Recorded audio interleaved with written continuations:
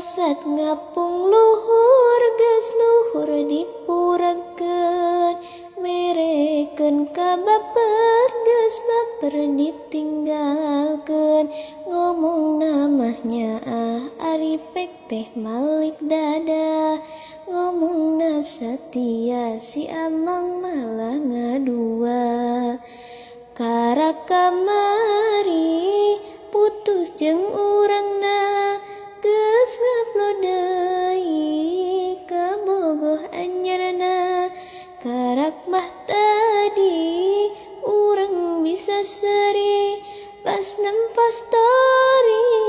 aduh cerik deui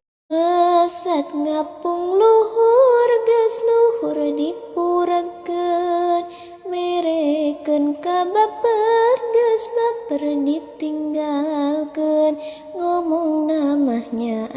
ari pek teh malik dada ngomongna satia si amang malah ngadua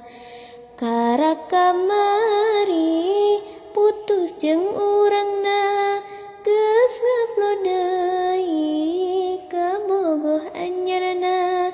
karak mah tadi urang bisa seri pas nempo story aduh cerik